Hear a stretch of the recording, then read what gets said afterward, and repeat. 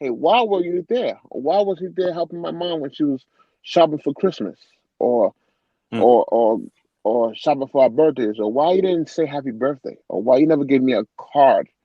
Or why you mm. never turned to me and said, hey, John, if you need anything, Jonathan, if you need anything, I'm here for you. Why what wasn't you there? Why was everything else more important to you than you being there for me? Hello, you beautiful people. Welcome to the Dear Dad podcast.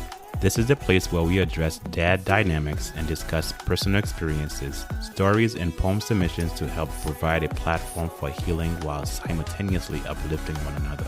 Let's change the dad narrative all around. Let's go. Let's grow.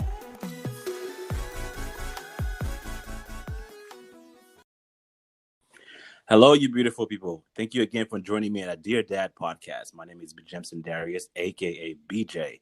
And again, today we have a special guest, a family member, a friend of mine, a cousin of mine. So I know one of the earliest episodes you heard, Maxine, was talking about his story, his journey in life as a father and about his fatherhood. But this is also his brother. I believe that's his younger brother as well. And again, he is Jonathan Darius. He is also my cousin. So again, my father and his father were siblings. So he is like my cousin. All right. So we grew up together. We were in the same house at certain times. But again, I'm not gonna dive in too far into it right now. And he's gonna tell you his story. He's gonna tell you his journey in life as a father, and he's gonna open up, be vulnerable, and tell you everything what he needs to tell you guys. So again, let me introduce you guys to Jonathan Darius. What's going on, people? How you feeling out there? Yeah, they can't answer back. I don't think so. What's up? What's up? What's going on? Good. All right, so let's just jump up to the first question. So let me know and let us know, let the audience know, who is Jonathan Darius? Um, I'm a 32-year-old father of an 11-year-old boy. Um, I live in Long Island with my fiance. Currently, right now, with my fiance's parents. Uh, that's another story. Trying to save up, buy a house, and all that good American dream stuff. Um, yeah, and I'm a uncle to a huge family. I'm an uncle. I'm a brother. I'm a cousin. You know, I'm pretty sure they know how big your family is by now, BJ. Yes, it is growing even more. Yeah, it's gonna keep growing too, though. We live strong. Darius strong, you know. All right, so let's move on to your dad, my uncle. We from Okay. the same grandmother. So my father and your father were siblings. Tell Yeah. me about your dad. Um. Well, my dad. There's a lot to go on about my father, who is no longer with us right now. He's Let's see, it's me and my three brothers. I believe I have two sisters in Haiti, one in North Carolina, not with the same mother. So he has about, I want to say seven, 8 kids. I want to say altogether. I lived with him for my whole life, from what I can remember. I lived with him my whole life. Now I use that those words for a reason. Lived with him. You understand? Right. We'll get into that. I lived with him my whole life. What I do remember, I do remember him being around. I do remember him taking me out to see my cousins, and once in a while go to Six Flags and things like that. I do remember that. In terms of him being there and being a father or a father figure, I do not. I wouldn't say he was, or a good father figure. I would say. I wouldn't say he was. And I realized that as I got older. You know what I'm saying? When I was younger, everything, he was there, so he was there for me. He was a father for me. You get what I'm Right. saying? But didn't realize that everything that was being done, or everything that was being accomplished, or my father, quote unquote, being there, was really coming from my mom. You see what I'm saying? Mm-hmm. So, like I said before, I lived with him, but when I got older, I realized, hey, he's just there. He wasn't. someone who supported or helped or was there when I needed. Right. You know what I'm saying? The times I needed. That's exactly why I said I lived with him, you know?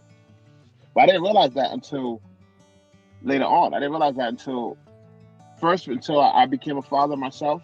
Second, until I moved my mom, my brothers, and my father. When I was 17, turned 18. We all moved to Jersey, right?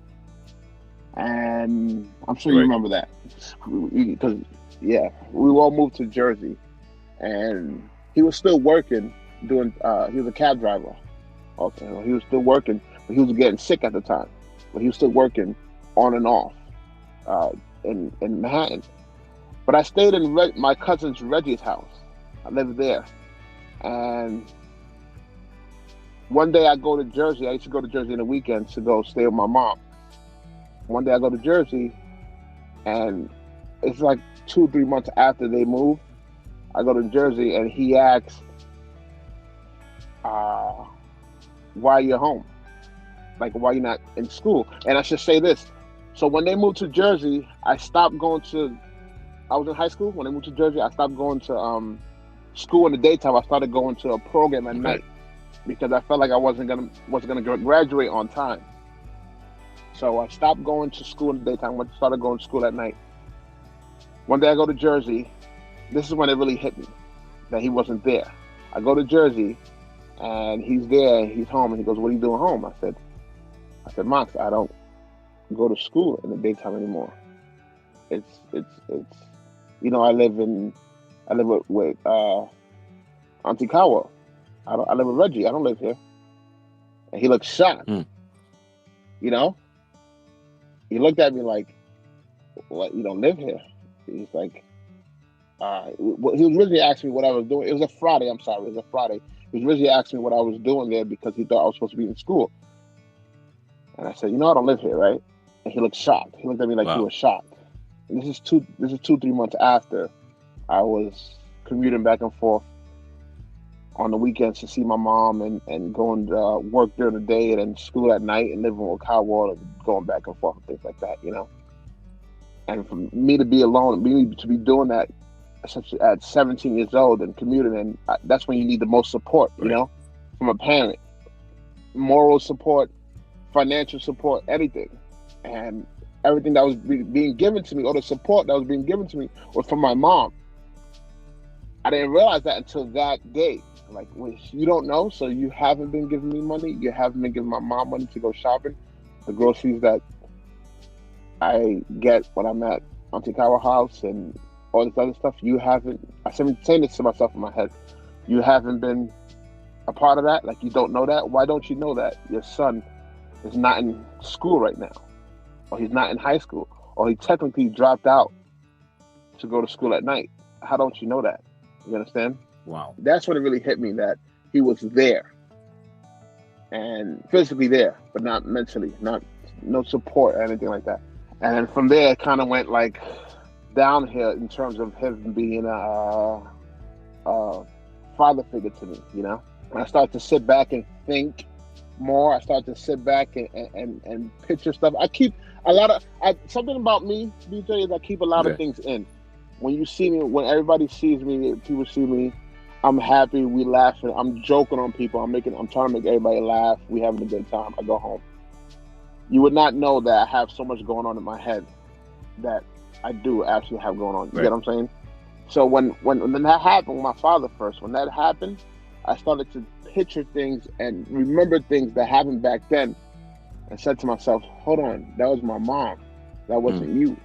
You wasn't there. Or why wasn't you there? I'm talking about birthdays, Christmas, school, graduations. I'm talking about all those things.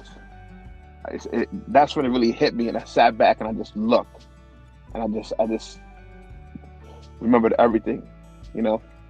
I see how parallel our lives were. You know, I said it before in the other podcast that, you know, we pretty much grew up together. Again, there are times I would spend time at your house for the summertime, and it was a great time. I mean, that's something we reflect back on all the time. But we would just like, I would spend Yep. the entire summer at your house, and it's just so crazy. And that's how close we were. Even still today, whenever we see each other, it's just nothing but love. But I still don't Yep. know your journey in life. I still don't know the full story behind your life journey, the way what you went through and how you were able to overcome it. And it's the same thing as me. Nobody knew what we went through. As well as with my mom and my father. I didn't know. Nobody knew what went on. And that's why I wanted to have this podcast. It's not only for me, but to let everybody know, like, this is what went on really. Because some people have their own interpretation of things. They say, well, this was happening, maybe this was going on. But this is actually the true story, not only for my end, but my siblings' ends. And it's just also for you, where it's just like, I mean, I was with you all the time. We were chilling, but there was always something behind closed doors that was not being spoken of. So a lot of us don't know the story behind the story. So it's interesting that I'm hearing these things right now. And I'm like, man, I didn't know it was that crazy. I didn't know it was that tough. Probably because I was also on my own journey. I was also in my own mind. And it was hard for me to just like comprehend those things, because I was having a lot of stuff going on as well too. Because I myself, I had to go to night school in order for me to graduate somewhat on time to get, I think my class graduated and I had to graduate maybe in January or something like that, because I was not going to school. So that dynamic is kind of interesting that we both were going through that, and our fathers were siblings. So it's very, very hard. So my mind frame is that it's interesting that both my father and your father, the siblings, that we pretty much were going through a parallel situation, even if we were literally around each other all the time. Yeah, that's what's weird. And I didn't know you had to go to night school either. You see that? I didn't know that. That's what's crazy, because I'm sure you didn't know that I had to go through that also. Right. I didn't know. I think when we got together, this is the thing, BJ, and this is why family is so important. This is why I feel so lucky and rich, because of the family I have. You get what I'm saying? Because I could be going through the worst. I could be going through the worst thing ever. Once I get around you guys, my family, and we have a get together or a party or something like that, everything I'm going through leaves my mind. Absolutely. You get what I'm saying? I wouldn't go to a party and see you, and I won't sit there with my head down, stressing out or anything. That's impossible. Like that. I'll go to a party and it's impossible. You get what I'm saying? This is why family is so important. And I'm so happy that I'm part of the family that I am now, is because I can go through whatever I'm going through, drive to go, and I see you go somewhere, and I see you, everything leaves. It's nothing but laughs and hugs when we see each other. And I think that's what happened when we were younger, because you didn't spend days at my house. You spent the whole summer at my house. And the things that we were going through, it was. This is what I think happens. It's like, let's say, I put together my father and you. You know what I'm saying? Let me try to explain that more. Whenever I saw my father, or I was out with my father, he was going to hang out with his brother, which is your uncle. So I saw you. You get what I'm saying? So every time I saw my father, or I was going out with my father, I was blinded by the things that he wasn't doing, because in my head, I'm gonna go see my cousins. My father's gonna take me to go see my cousins, and I'm thinking that's a good thing. So I was okay with what was going on, or I was blinded by what was going on, because I initially I put together that my father was taking me to see my cousins, and that's it. That's all I cared about, is hanging out with my cousins. So I think that's what made us blind. You know what I'm saying? Yeah, absolutely. I think that. Yeah, absolutely. And even the dynamic with our parents, your dad and my dad, where you said that, and I find it interesting that you said he was in the house, but yet he was not being a dad or a father. He was just a body in the house, which is fascinating for me, because I saw my dad. We go to events, we go to family parties, we go to family dinners, all that stuff. He's there. He's around. I see him. Like, it's not like he's gone and I never seen him, but he's there. And that also played an effect on me, because he was there, but not really was there. And so that dynamic between him and I, the relationship between him and I was a little bit shifty. And I think it was with all our siblings as well. It's a little shifty, because he couldn't discipline us because he wasn't there. I didn't have a disciplinary authority at my house because he wasn't there. So we pretty much Yep. ran wild, you know. So I didn't really have a Yep. relationship with them. How was the relationship between you and your dad when he was in the house, or even when he wasn't in the house? That was the issue. You know what I'm saying? I don't know what's worse, seeing your father out in parties and things like that, and then you're going home without your father. And you're saying, "Wow, he was just there. Like, I don't have a father. I'm going home without him." Or being in the house with someone, you see him every day, but he's not making any effort to be a father. So I don't know which one is worse, because I don't see, I didn't go through what you went through. You know what I'm saying? But I can tell you what I went through. It's horrible. Now that I'm older, and now that I see things is more in the light, I can see that. How was that even accepted by anyone? How was that even accepted by my mom? You get what I'm saying? I said, my mother heart, your heart is so big that you okay with sharing the credit for things that you work for things that you did. Why are you okay with sharing the credit? You get what I'm saying? She never said anything or badmouthed my father and said, "Hey, I got you this. Your father didn't get you this." You get what I'm saying? She'll say, "Merry Christmas, here." You get what I'm saying? And that authority, I'm the youngest out of my three brothers. So that authority you were talking about, I got that from my brothers. Mm-hmm. School, or me doing things that I'm not supposed to do, or me even graduating, or things like that. It was my brothers that was there. "Listen, you better graduate. You better do something to graduate. You better stop doing this." Everything I did that was bad, that your father's supposed to be there to stop you from doing, except for Mike. Mike was the one helping me do it. Mike was the one helping me do these bad things. But my older brother Max and Martin, my two older brothers, it was them. You get what I'm saying? It was them that was like, "Hey, listen, this is what I heard from your teacher," or "This is what you did, XYZ. Do not do this." You get what I'm saying? It was them and my of course my mom was doing it too, but as a man of the house, it was Martin and Max that was giving me that proper authority. Like, do not do this. Do not. This is bad, or this is good, and you know. And mind you, he's still there. He's there. He's still there with me in the house. So it was hard. You know, the relationship I had with him, it was, I wouldn't even know. You know, I would even call it a relationship. I would say it was just someone who took me to go see my cousins, which I'm very thankful for.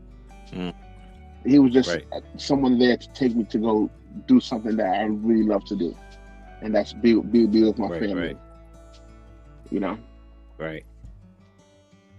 I mean, we said it a couple of times in the podcast, and I want to emphasize on that.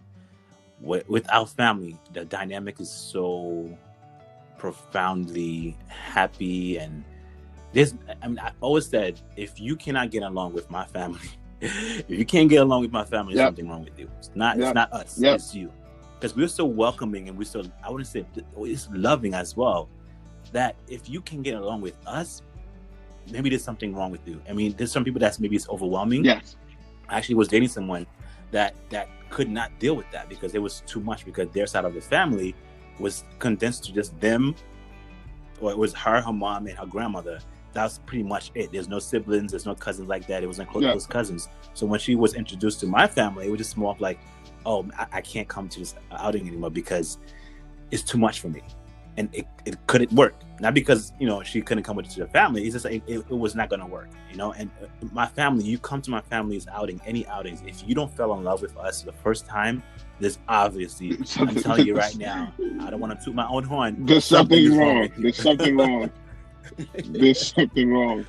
Because we show so much love and appreciation. There's no animosity. There's no hatred.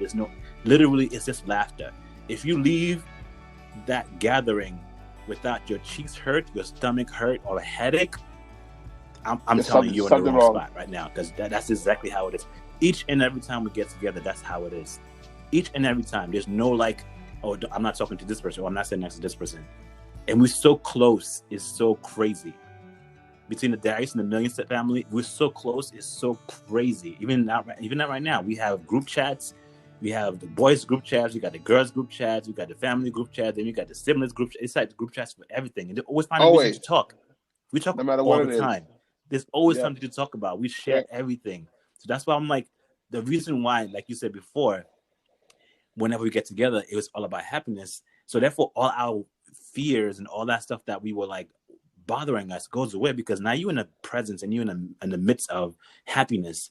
So that's what you Yep. fall into. You're just like, you know what? I'm not going to worry about my worries. I'm not going to worry about school. I'm not going to worry about anybody else. Once I'm with my family, I'm just going to Yep. be with my family, and I'm going to embrace that. So everything goes away. You don't even think about that. And that's one thing, again, like you said, we do that every time we get together. Yep. That's the good thing about, like I said before, that's the good thing about me being part of this family, and why I'm so thankful. And that's why I associated my father with him taking me to my family. So it wasn't an issue that he wasn't there, because when he is there or he is doing something with me, I'm gonna go see my cousins. So there's no issue there, and I understand what you're saying 100%. And with uh, Elise, my fiance now, the first thing when we was getting serious, I said to her is, listen to me. I am extremely, extremely close with all my family. I'm extremely close with Right. my brothers. I'm extremely close with my mom. I'm extremely close with my cousins. We joke, we laugh. If they don't joke or laugh with you, or they think something is wrong, then something must be wrong. And I want to explain that to you now, because it's funny that you said that, BJ, about the person you was dating before, because my son mother was actually like that. She thought there was something. She thought there was something Mm. wrong. She didn't like the fact that Mike called me every day. She didn't like the fact that I talk to my Mm. mom every day. She liked the fact that I get around my cousins or my family members, and I'm gone and I'm laughing and they laughing, we're joking. She didn't like those kind of things. You get what I'm saying? She wasn't Mm. the type of person to embrace that. And the one I'm with now, at least now, she's like a part of it. You got now. I gotta Right. tell us. All right, stop joking on me. Stop joking on me, babe. We drive. We go home after a party. I don't want to talk to her. I don't know. You think you're funny? You trying to embarrass me? you know. And that's one thing I realized, that if, like you said, not to toot our own horn, but if you don't leave with your cheeks hurting, your stomach hurting, or anything like that from laughter, then there's something wrong. You know, Mhm. there's, there's definitely some. Absolutely. There's definitely something wrong. Absolutely. There was a lot of stuff in me that I see in my son, and there's a lot of stuff in me that I see in my dad. Regardless, sometimes it's bad or it's good. I try to stick to the Hmm. positive stuff. I know some behaviors, sometimes I do the same gestures as my brothers at time, and it's crazy. And I'm even looking at my son right now. My offspring, and I'm looking at this kid. I'm like, I see how much of me is in him, from the way the action that he takes, the way he does certain things, the way he scratches his head, the way he crosses his legs is the same thing. And what freaks me out is when we do it at the same time. It's Wow, crazy. It's wow. profound, and I think it's very interesting. And I wanted to know, what are some characteristics in you that you find in your dad, and if there is, do you find it in your son as well? Um, here's the thing with the different characteristics and stuff like that. A lot of times which is probably not a good thing, but a lot of times before I make a move, before I say something in terms of giving advice or doing something, I'll say it in my head, or I'll rehearse it in my head before, just so I can know that it's not something that he will say or he would do. Hmm. You get what I'm saying? So in terms of big characteristics and things like that, from what I know, I think he was the funny, one of the funny guys, one of the funny brothers out of all his brothers.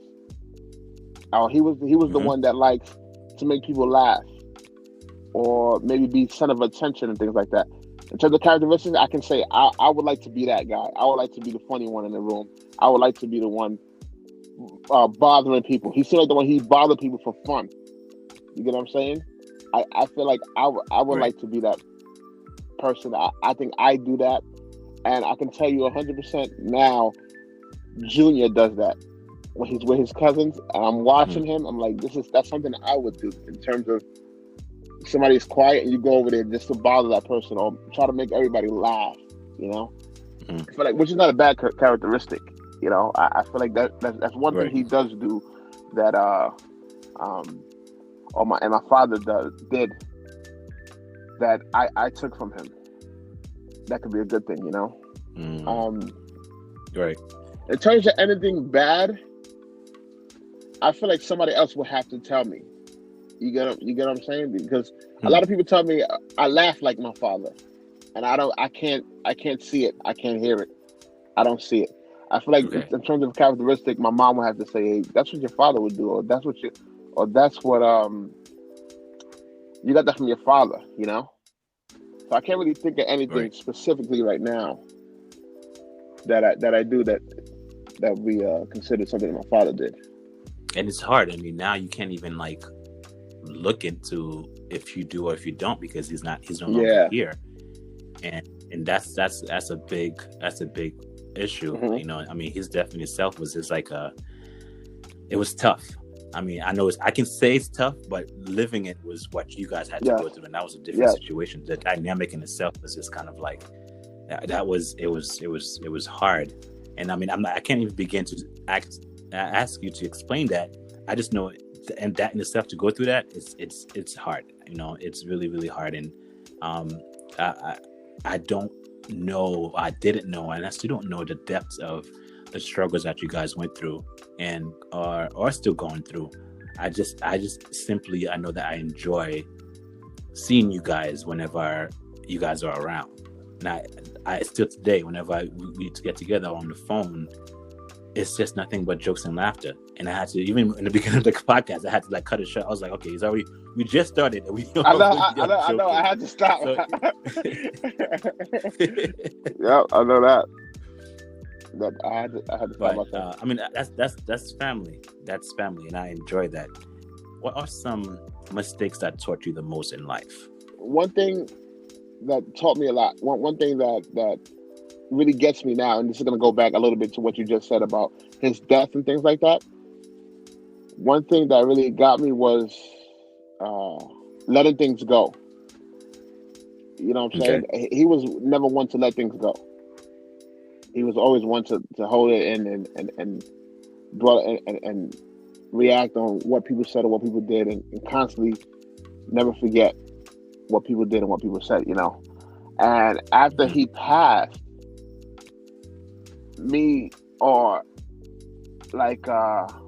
so Max, before when he passed, Max had they was going back and forth arguing and things like that. Max haven't spoken to him in a while. I'm not sure if Max mentioned this in his podcast. He haven't spoken to him in a while before he was in the hospital, basically on his deathbed, you know. And one thing that right before Max was done talking to him, he said they had an argument. He said, "You know what, Max, I love you." You know, and Max is never one to even say that. Max is not even one to ever let things go, neither. You know what I'm saying? But at that point, he let things go and he said, "I love you." And that's probably I think that was the last words he said to my father. Before he died. So, in terms of mistakes, it's hard. So, how did his death affect you? Okay, then, all right. It helped me. So this is going back again. It helped me to forgive easier.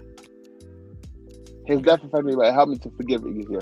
Now, when he first died, I was more of a, "Oh man, I lost my father. I can't believe this. This can't be real." You know, he was sick for a while. I knew this was going to happen, but this can't be. I was more sad and crying for things like that. You understand? When he first died. The messed up part is now, the way I feel now is I'm mad or upset at myself that I didn't say nothing to him before, you know, and I can't say nothing to him now about how he was acting or what he did. Like, after I realized that he wasn't there for me when I was living in Manhattan still, and everybody was in Jersey, I kept that inside. Right. After his death, I was able to tell him anything, and as day goes on now, I'm still not able to tell him anything, and I regret it. So the way I go about life now is, if I feel a certain way or think a certain thing, I'd rather tell you in a respectful way how I feel, and then drop it. Don't be mad, don't be angry at you, or don't give you attitude or stop talking to you. None of that. If I feel a certain way, or I think you did something wrong, or you did something that made me upset, I would say, hey, listen, hey, BJ, listen, I didn't really like how you said this, or you did this, and so on and so forth. And let's just drop it. I'm not mad anymore, but I'm happy I'm able to tell you that that's how I felt, you know? Right. Because right now, as the day goes, even to this day, I think about things that I would have asked him. I think about things that I would have asked him that I can't ask him anymore. You know, and it hurts that I think I cry now because I'm not able to ask him, hey, why were you there? Or why was he there helping my mom when she was shopping for Christmas, or Mm. or or or shopping for our birthdays, or why you didn't say happy birthday, or why you never gave me a card, or why you Mm. never turned to me and said, hey, Jonathan, if you need anything, I'm here for you. Why wasn't you there? Why was everything else more important to you than you being there for me? You get what I'm saying? And I wish I can say that to him now, but I can't. Mm. And that's what hurts the most. So that's one way it affected me. It changed my personality in terms of me being more honest or more forgiving. You know, not holding a grudge or anything like that. That Wow. that changed a lot. I would say. If let me clarify a little bit. If it's worth me saying, you understand? So if the situation is not that serious, or if the situation is a joke that was said and I didn't like or anything like that, which won't happen, just an example, and we could just go out, I'll just forget about it and continue like nothing ever happened. But if it's something serious that was life changing, or that could have made things better for either one of us, the people in the party, then it has to be said and then left alone after. Mm. You know, the holding a grudge can really take a toll on people. Yeah, it weighs heavy. Definitely does. That's one way. That's one way his death affected us. But like I said before, financially, or I feel like if he was there more financially, if he was there more with just moral support, then it would have affected me a lot more than it should have affected me. Mm-hmm. I think it affected me because I had to be affected, because it was my father who passed and he lived with me. Right. You know, Right.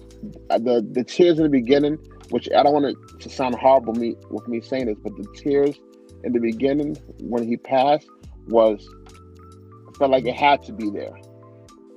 It felt like I miss him. Don't get me wrong. No matter what he did or what he didn't do, I still miss him. But the tears in the beginning was because I had to cry. Right. Even with people being there, people watching, and people not watching. That's what the tears in the beginning was for. The tears now is for me not being able to say things that I could have said to him.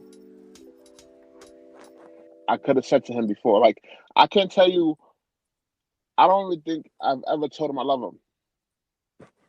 Wow. You know, I don't even think I ever said that to him once. And him not being here now, like, why can't I want to tell you I love you? No matter what you did or what you didn't do, Right. I want to tell you I love you, but I can't. You know, that's one thing people should take from listening to this podcast or anybody else's podcast or anything like that. This is coming from a person with a deceased father. If you need to tell him you love him, or you need to tell him how you're feeling, or anything, just you never know when it's your last day. Absolutely. Makes perfect sense. Perfect sense. That's so crazy. I mean, my father right now is not in the best condition, but he's alive, and I'm able to tell him these things. And like you say, you haven't been able to tell your dad, or you wasn't able to tell your dad that you love him. But I was able to put my selfishness to the side and tell my dad I love him for the first time Yep. in 37 years of my life, and I told him that, and it changed me.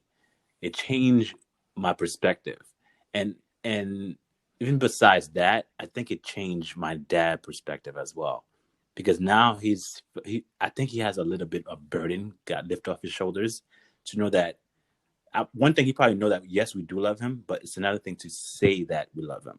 It's really different. Like it's one thing for your kids to say, it's one thing for you to know your kids love you, but it's another thing to hear your kids say that you love Yep. them. It's different. Yep. It's really, really different. The words matter. So when I said that to him, I know it lifted up a big burden off his chest. It made it a whole lot easier and make the situation, me being around him, a little bit more easier instead of being uncomfortable. Yep.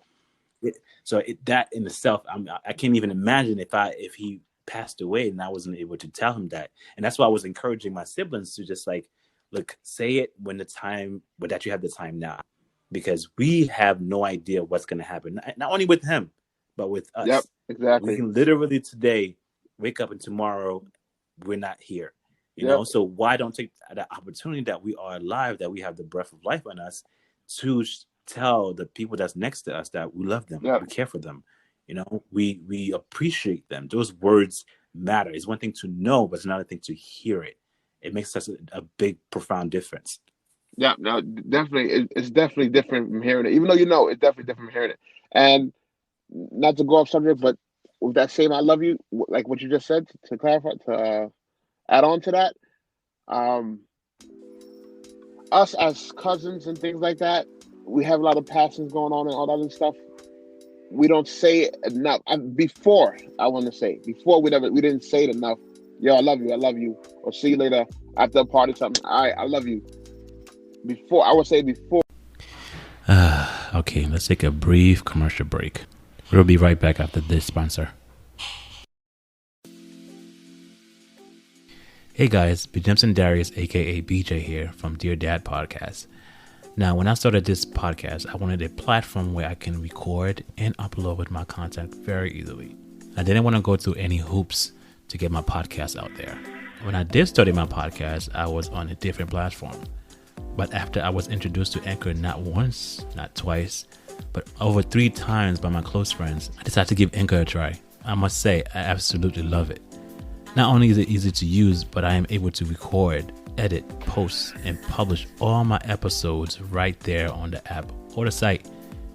I was able to transfer all my episodes onto Anchor in less than 5 minutes. That, for me, was unbelievable. Oh yeah, here's the best thing of all. It's free.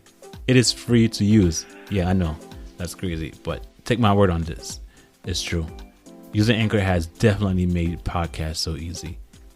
Trust me, you'll love it. So, download the free Anchor app or go to anchor.fm to get started.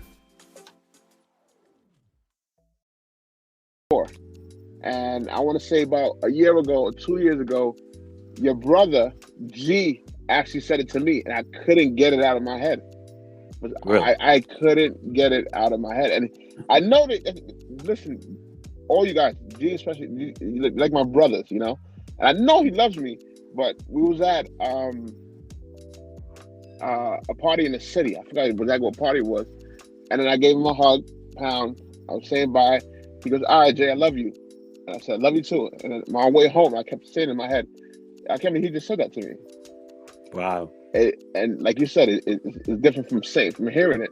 And he doesn't even know that. I never said it to anybody. I didn't say it my first time saying it was to you just now. And he said it to me. Yo, all right, Jay. All right, later. All right, love you. I said, oh, love you too. On the way home, I'm like, what? He just said, I love you. What? What's wrong with this dude, man? He done got soft. In my head, I'm like, he had a little girl. Now he all soft. I was like, wow, I can't believe you said that, yo. And I never took that out of my head. Now every time I see everybody else, I'm like, all right, I love you. It's regular now. Love you.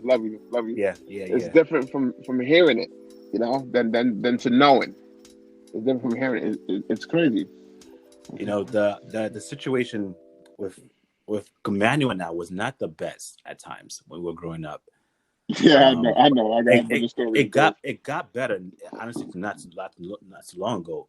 But I've never personally really said it out loud to my siblings. It wasn't like you said, and it wasn't until a few years ago, maybe 3-4 years ago, maybe 5 years ago, where we both moved out the house simultaneously around the same time. We got his job, his wife got the job, and same time I got my job. But we moved, it was just like simultaneously, and that's when we became closer. And it wasn't until I had to sit down with my wife and just discussing certain things that we do or don't do that we came to a conclusion that we don't even my I don't say that to anybody. I don't say it to my mom. I don't say it to my dad or my siblings. Yeah. And it was like, why doesn't this happen? This should be something that happens just casually. Why don't we say it? Yeah. So now is this because you know what, you grew up without hearing it. Yep. You know it, but you don't hear it. So now to say it, it becomes a challenge, and to hear it, it's kind of like I like it, but do I question it or do I respond? But because your body naturally wants that, as soon as somebody says it, you just like takes it in and it's like reciprocate it. Yep. And say it right back to the person because the body needs it and we want it. So I told my mom, my dad, and I telling my siblings that I love them now too, to the point that now it becomes a normal thing. Because I remember the first time I told Emmanuel and I told Peggy, my older brother, all the rest of my siblings, that I loved them. It felt so unburdened. Like it just felt like a big stress got off my back, because now I'm able to like be free and open and say, okay, I love you. And that's yeah. So it becomes so warm and open when we around each other, instead of being so like there's a negative aura around it. Now it's not there. It's just when we step into the house, when we leaving the house and you say goodbye, so I love you, bro, we give a pound and we leave. It feels complete. That's powerful. That's strong. I'm not even there with my brothers yet. They know I love them more than anything. But I'm not even there with them saying that, and I feel like it is a burden. It is a monkey on my back. If I say it, I feel like I would feel relieved. Mm-hmm. I can imagine what you felt saying it to them. Like I've not even there. I'm not even there with my brothers yet. Well, I said it. My mom knows she's my everything. She knows that. She knows. My mom knows I love her. The love I have for her is, she knows. Yep. And I went to get my teeth pulled out, and we never talked about this neither. But she was crying actually. I went to get my teeth pulled out, 2 teeth actually, and they drugged me up a lot. They gave me a bunch of drugs. My brother Max actually has a recording of me talking a whole bunch of stuff that I don't remember talking. After he picked me up. He picked me up he dropped me there and picked me up. So they drugged me up, pulled both my teeth out. On the way home, I'm calling everybody. I'm calling my job. I'm not coming in. Don't remember what I said to them. Thank God I still had the job after. So I don't remember, because I tell you, I went to go a couple days later to go see my HR manager, and he was nonstop laughing.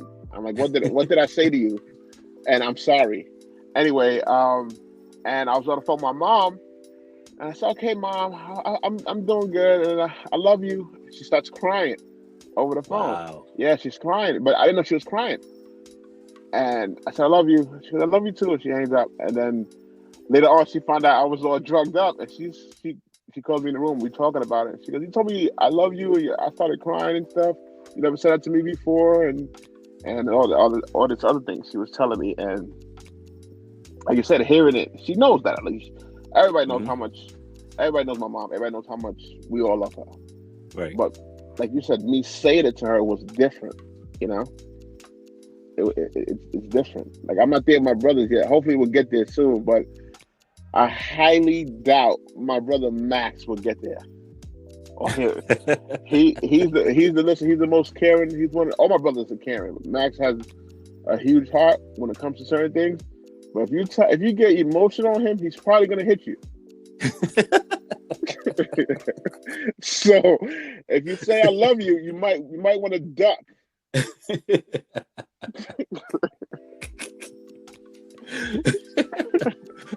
gotta say it from afar while you're driving away. Yeah, you gotta say I love you and speed off. You better hope it's not him behind you driving his car, chasing you. But yeah, it's powerful saying it rather than just knowing, Absolutely, And absolutely. I would hope I can get there with my brothers one day to say it naturally. I It's can a hope. huge step. It's a huge step. I'm not gonna lie, it's a huge step, but it's the kind of step where it's not about you, Yep. and because it's not about you, it's even a bigger challenge. And the thing is, once you say it, and I know that's how it was with my family, my siblings. Once you say it, just domino effect. And when I say it, then my younger brother would say it, then my older brother would say it, then I say it to my sister. It becomes a domino effect. So now more of we can say it easier now and better now without it being such a nuisance. It becomes like a problem for us to say, "Oh, we got to stutter before we say it. We got to think about it before we say it." Nah, I mean, I say it so easily now. So easily now, not because I don't. There's no meaning behind it. It's just now it's easier for me to get off my chest without me thinking about it. Yep. I can definitely understand what you're saying. I still have it on my chest, but I can definitely understand what you're saying. And it'll be huge. It'll be a monkey off my back once I'm able to say it to them without it being um anything weird or anything. Right, right, right, I've never said it to my father, and I wish no matter how much things that I hated he did, or how much hate I have for his actions and things like that, I still want to be able to say it.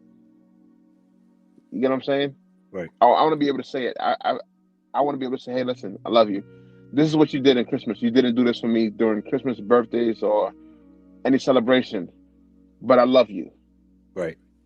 That will feel so much better and relieved.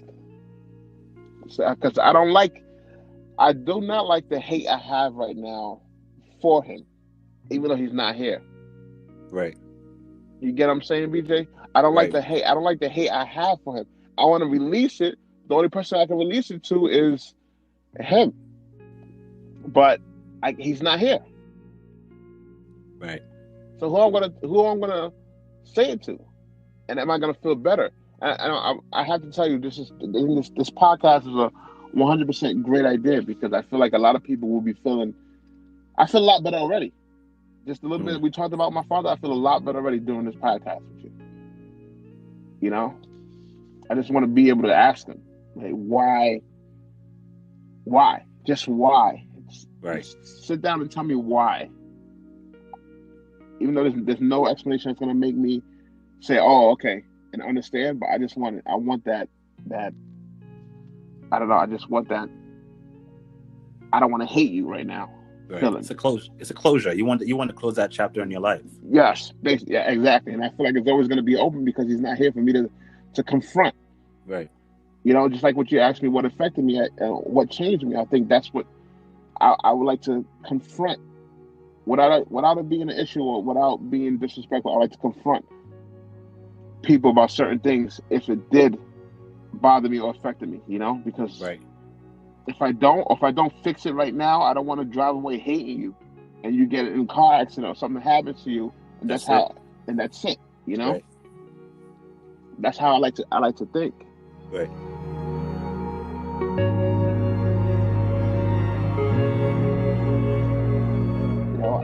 I feel like there's a bunch of, like, my mom has so much.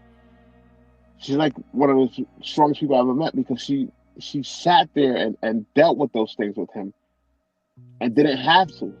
Right. I want to say, like, Ma, there's other options. You could have done other things. You could have badmouthed him. You could have told me, I bought you that remote control car. I bought you that for Christmas. I bought you this. You could have told me that. And BJ, you remember you was in my house all summer, like we said before. You remember how much toys and how much games we had. All the games. Yep. We had all the toys. I had every remote control car that there is to remember. I know you remember that because me and you used to build ramps off of books. I know you remember that. Me, you, and G used to build ramps off of textbooks and stuff. Instead of reading them, we built ramps for my remote control car. So she could have said, "Hey, I got you that remote control car," And the craziest thing about that, BJ, was how she got those things and how she was able to find out what I like most. Because me as the youngest, I had the best Christmas. I had the best Christmas ever. Every Okay. Christmas, my mom made it special. The reason why, what she did to find out what I wanted, what was good, was she talked to Martin, she talked to Max, she talked to Mike. What should I get Jonathan? He wants a bike. He wants a remote control car. Which remote control car he wants? Here's the money. Go buy a remote control car. That's something two parents should be doing for all their kids. Right. Not a parent talking to her three kids about one kid. Max, you sitting there. You could have made Christmas so much better for all of us. Instead, I got the great Christmas. You know what I'm saying? Mike got sneakers and clothes, and Max got clothes, and Martin got this, whatever they got. I don't remember because I was buried in toys, right, and games. You know, my mom will get it. She only could afford this and that. Get us a system. We all shared a system. I was happy with that. I turn around. There's a toy there for me. A remote control car for me. A bike for me. I got a bike one Christmas, BJ. Guess who put it together? Martin. Wow. Guess who bought it? My mom. My mom and mom went to go get it. I got a Game Boy. Mom. I didn't, mind you, she didn't tell me. I didn't know this. The games I got, everything I had was, why? Just Max, why was this okay with you?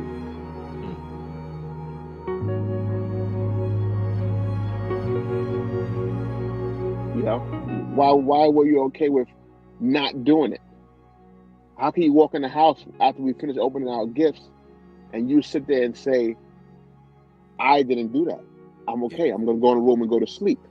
Wow. You know, that's the kind of questions I want to ask, and I want closure off of, but I can't anymore. You know what I'm saying? And it's getting worse and worse now because I have my own kid, and I also treat my nieces and nephews like they're my kid. Right. So the things I do for them, I say to myself, well, my father wasn't able here doing that. The reason why their Christmas and their birthdays and everything is so special, my father wasn't there doing that. And mind you, I'm still doing what my father did in terms of bringing them around their cousins and doing all that stuff, plus the things that he could have been doing and helping out with games, toys, bills, anything, you know? Right.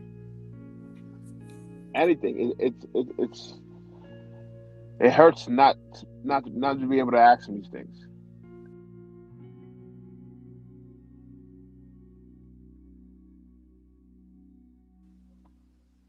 Absolutely. You know? Yeah, I hear you, man. I hear you. It'll probably hurt. It probably hurts my brothers more because they was the ones getting me the things. Mm-hmm. You understand? And I was so young and naive because I was getting all the games and the Game Boys and the clothes and everything. I didn't realize that these guys was the one doing it. That's love, man. That's love. Yeah, for them to that exactly, for them to do it for me, right? Right. And them not getting it themselves. Wow. That's deep. That's deep. So I find it so profound that your brothers made that much sacrifice for you. I find it so refreshing that they were able to do all that for you.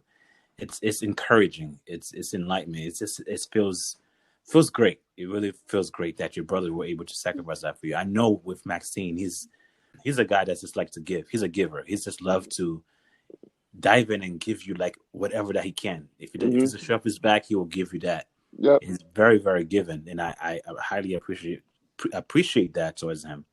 So I want to change the dynamic a little bit. Let's change the mood. Let's change the atmosphere. Let's make it a little bit different. Let's change the topic. Okay. So with this topic, it's different. It's more about you. It's about your experiences as far as father, right? And okay. Your experience as a father and how the journey was for your father as a father.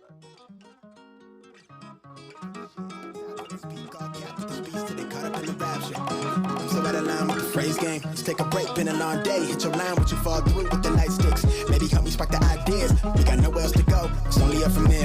I've been on my own, just running through the field. Say vivid for the ears. I know that's how they like it. Yeah, I fantasize. Tell me that it's real when it's all said and done. I said it how I feel it. I let them hear the fear of a passive aggressive. Angry black man with a passion. Steady grip when I shoot to the stars with a full clip. Chatting nine with a loose leaf. Then I proofread till I lose sleep.